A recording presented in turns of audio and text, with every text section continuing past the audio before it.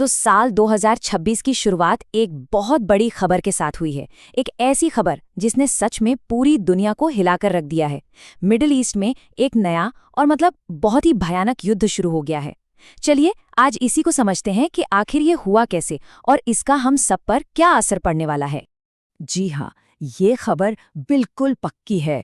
Middle east में एक बहुत बड़ा मिलिट्री कॉन्फ्लिक्ट शुरू हो चुका है और इसने जाहिर है पूरी दुनिया का ध्यान अपनी तरफ खींच लिया है। तो सवाल ये उठता है कि ये लड़ाई आखिर है किसके बीच? देखिए, इसमें मेनली दो साइड्स हैं जो आमने सामने हैं। एक तरफ है अमेरिका और इजराइल और दूसरी तरफ ईरान। लेकिन बात सिर्फ इन तीन देशों की नहीं है। ये लड़ाई इतनी सिंपल भी नहीं है, कई और प्लेयर्स भी इसमें धीरे धीरे शामिल हो रहे हैं। तो आइए जरा डिटेल में समझते हैं कि कौन किसकी टीम में है और ये सब कुछ कब और कैसे शुरू हुआ। तो देखिए, एक तरफ तो है टीम अमेरिका और इजराइल और दूसरी तरफ खड़ा है ईरान, जिसको सपोर्ट कर रहा है लेबनान का हिजबुल्ला। और कहानी यहीं खत्म नहीं होती। कतर, सऊदी अरब, यूएई, ये जो गल्फ कंट्रीज हैं ना, ये भी धीरे धीरे इस कॉन्फ्लिक्ट में खिंचती चली जा रही हैं।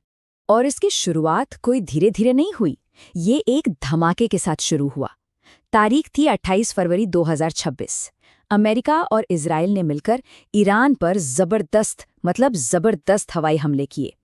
और ईरान का जवाब, वो भी उतना ही तेज और खतरनाक था। पूरे रीजन में ड्रोन और मिसाइलों की जैसे बारिश कर दी गई। ये जो पहले हमले हुए ना, ये सिर्फ दिखाने के लिए नहीं थे, ये एक तरह से ईरान की कमर तोड़ने की कोशिश थी। ईरान के कई बहुत इंपॉर्टेंट मिलिट्री बेस तबाह हो गए, कई बड़े बड़े कमांडर मारे गए। और कुछ अनकन्फर्म्ड रिपोर्ट्स तो ये भी कह रही हैं कि ईरान के supreme leader Ayatollah Ali Khamenei, उनकी भी मौत हो चुकी है। लेकिन एक बात समझनी बहुत जरूरी है, ये जो जंग है ये अचानक से नहीं शुरू हुई है। ऐसा नहीं है कि कोई एक दिन उठा और जंग शुरू कर दी। नहीं, इसके पीछे सालों पुरानी दुश्मनी और बहुत गहरे पॉलिटिकल कारण छिपे हैं। इस कॉन्फ्लिक्ट की जड़ें काफी गहरी हैं और इसके पीछे तीन बड़े कारण माने जा रहे हैं। पहला, ईरान और इजराइल के बीच जो दशकों पुरानी दुश्मनी है वो। दूसरा कारण है पूरे मिडिल ईस्ट पर अपना दबदबा बनाने की होड़।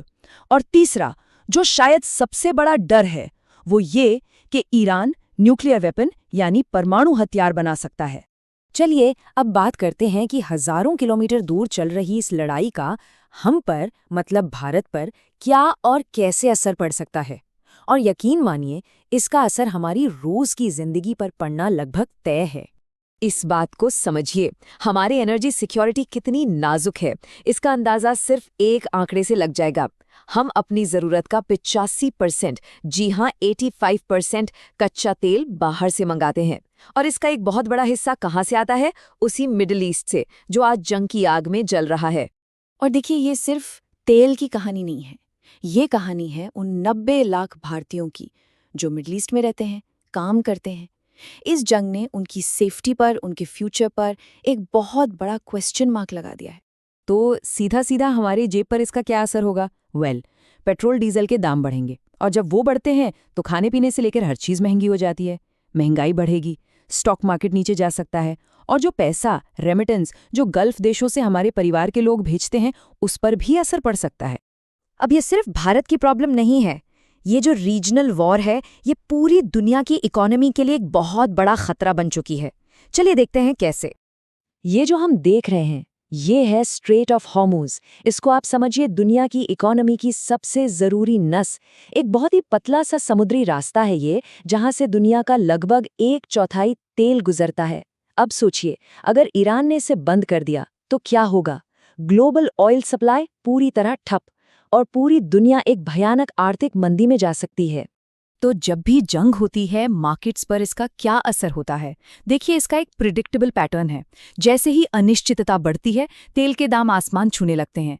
इन्वेस्टर्स जो हैं वो सेफ जगह पैसा लगाना चाहते हैं, तो सोना महंगा हो जाता है। और शेयर बाजार, उसे तो स्टेबिलिटी पसंद है, तो वो बुरी तरह से गिर जाता है। लेकिन इन आंकड़ों और इकोनॉमी की बातों से भी परे इस जंग की एक बहुत ही भयानक मानवीय कीमत है। जैसा कि एक रिपोर्ट में कहा गया है, हजारों लोग पहले ही मारे जा चुके हैं, शहरों पर बमबारी हो रही है और कई देश इस जंग में खिंचते चले जा रहे हैं। ये दिल दहला देने वाली बात है। अभी के लिए ये एक रीजनल वॉर है, मतलब मिडिल ईस्ट तक ही सीमित है, लेकिन जिस तरह से हालात बिगड़ रहे हैं ना, इसके एक बड़े ग्लोबल कॉन्फ्लिक्ट में बदलने का खतरा बहुत बहुत ज़्यादा है। और यहीं पर वो सबसे बड़ा और शायद सबसे डरावना सवाल खड़ा होता है। क्या ये सिर्फ एक और रीजनल कॉन्फ्लिक्ट बनकर रह जाएगा, या फिर अगर रूस और चीन जैसी बड़ी ताकतें भी इसमें कूद पड़ी, तो क्या हम सब तीसरे विश्व युद्ध की दहलीज पर खड़े हैं? ये वो सवाल है जिसका जवाब शायद आने वाला वक्त ही देगा।